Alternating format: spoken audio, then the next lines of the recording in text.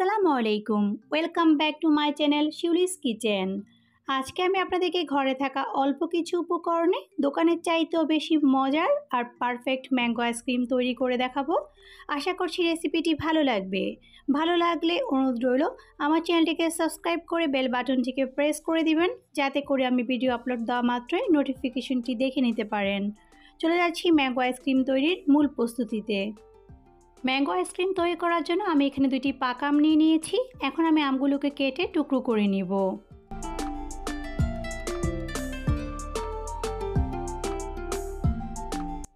আমি এখানে আমগুলোকে কেটে টুকরো করে ব্লেন্ডারের জগে নিয়ে নিয়েছি। এখন আমি টুকরো করে নেওয়া আমের সাথে দিয়ে দিচ্ছি 3 টেবিল চামচ পরিমাণ গুঁড়া দুধ,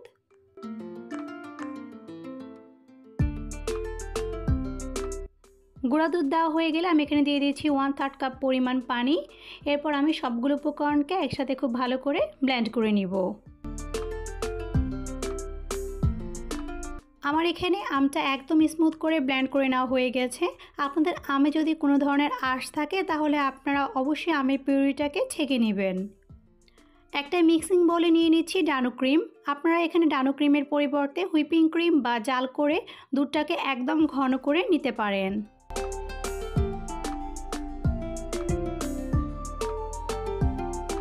এরপর দিয়ে দিচ্ছি 1/4 কাপ কনডেন্স মিল্ক। আপনারা চাইলে কনডেন্স মিল্কের পরিবর্তে এখানে চিনি ব্যবহার করতে পারবেন, তবে কনডেন্স মিল্ক ইউজ করলে আইসক্রিমটার টেস্ট অনেক ক্রিমি আর ভালো হয় খেতে। আমি এখানে আর কোনো এক্সট্রা চিনি ব্যবহার করছি না, কারণ আম আর কনডেন্স মিল্ক দিলে এমনিতেই মিষ্টিটা পারফেক্ট হবে। তবে যারা আরও বেশি মিষ্টি খেতে চান তারা চাইলে 2 চামচ চিনি দিতে পারেন। এখন আমি ক্রিম আর কনডেন্স মিল্কটাকে বিট করে নিচ্ছি। আপনাদের কাছে যদি ইলেকট্রিক বিটার না থাকে সেক্ষেত্রে আপনারা চাইলে সবগুলো উপকরণকে একসাথে ব্লেন্ড করেও নিতে পারেন।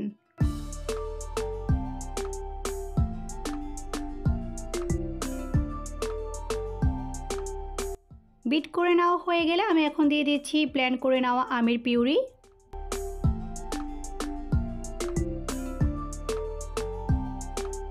এখন আমি সবগুলো উপকরণকে আবারও একসাথে খুব ভালো করে বিট করে নিব।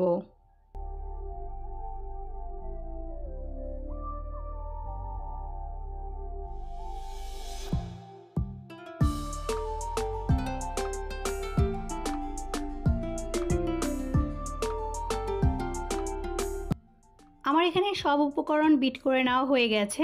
এখন আমি এর মধ্যে দিয়ে দিচ্ছি 1/3 কাপ ছোট ছোট টুকরো করে নেওয়া আম। এখন আমি আমটাকেও খুব ভালো করে একসাথে মিশিয়ে নিব।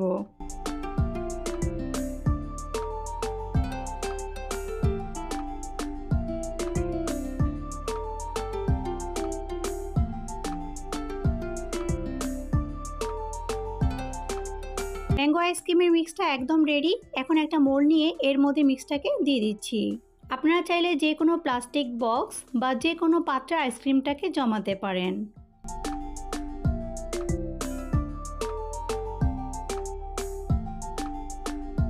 আমার এখানে সবটুকু মিক্স ঢেলে নেওয়া হয়ে গিয়েছে। এখন আমি এর উপরে কিছুটা আমের পিউরি দিয়ে দিচ্ছি, আর এর উপরে আমি এখন একটা টুথপিক দিয়ে ডিজাইন করে দিচ্ছি।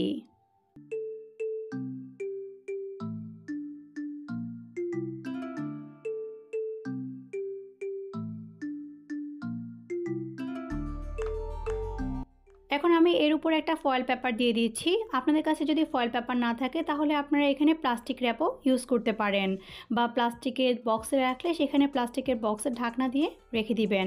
এখন আমি এটাকে ডিপ ফ্রিজে রেখে দিচ্ছি 8 ঘন্টার জন্য। ফিরে আসছি 8 ঘন্টা পর। 8 ঘন্টা পর আমি এখন ফয়েল পেপারটাকে সরিয়ে নিচ্ছি। আইসক্রিমটা একদম জমে গেছে। এখন পরিবেশনের পালা।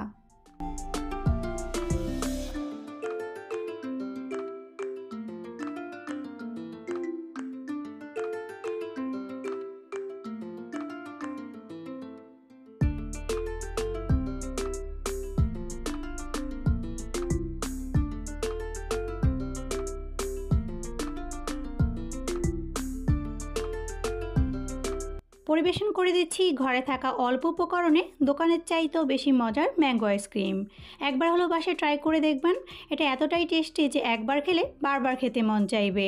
আমার রেসিপিটি আপনাদের কাছে কেমন লেগেছে তা অবশ্যই আমাকে কমেন্ট বক্সে জানাতে ভুলবেন না। আর রেসিপিটি ভালো লেগে থাকলে লাইক ও শেয়ার করবেন, আর অবশ্যই আমার চ্যানেলটিকে সাবস্ক্রাইব করে আমার চ্যানেলের সাথেই থাকবেন। আজকে তাহলে এখানে বিদায় নিচ্ছি, দেখা হবে আবার নতুন এক রেসিপিতে। আল্লাহ হাফেজ।